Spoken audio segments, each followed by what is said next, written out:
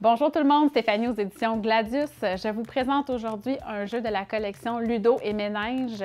Le jeu s'appelle La Fabrique à sucre. Vous allez observer rapidement de quoi on parle. On parle de fabrication de gâteaux, de brochettes de bonbons. C'est un jeu sucré, coloré et fort sympathique.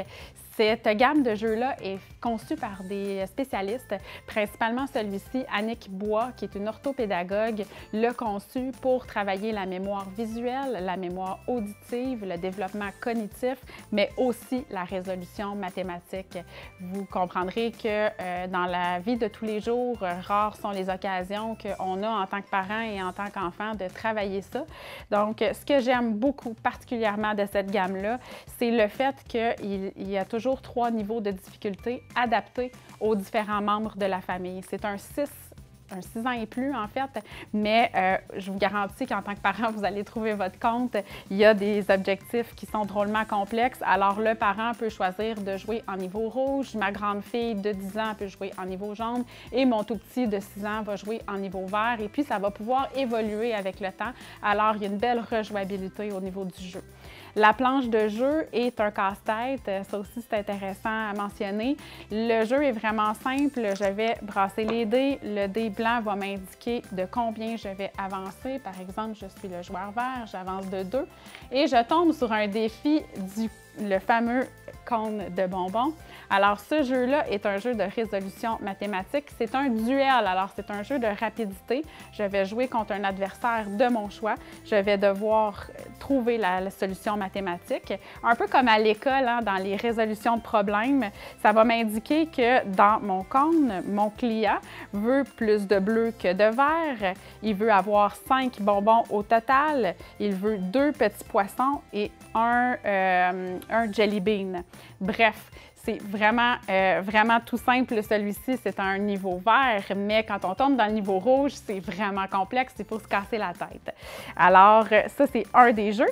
Un autre jeu qui est drôlement intéressant, on va travailler la mémoire visuelle. Alors, je montre à l'enfant la séquence qui est la brochette de bonbons.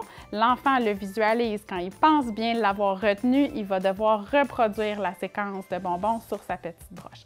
S'il a bien eu la réponse, j'ai oublié de le préciser tout à l'heure, le dé turquoise va lui permettre d'avancer encore une seconde fois.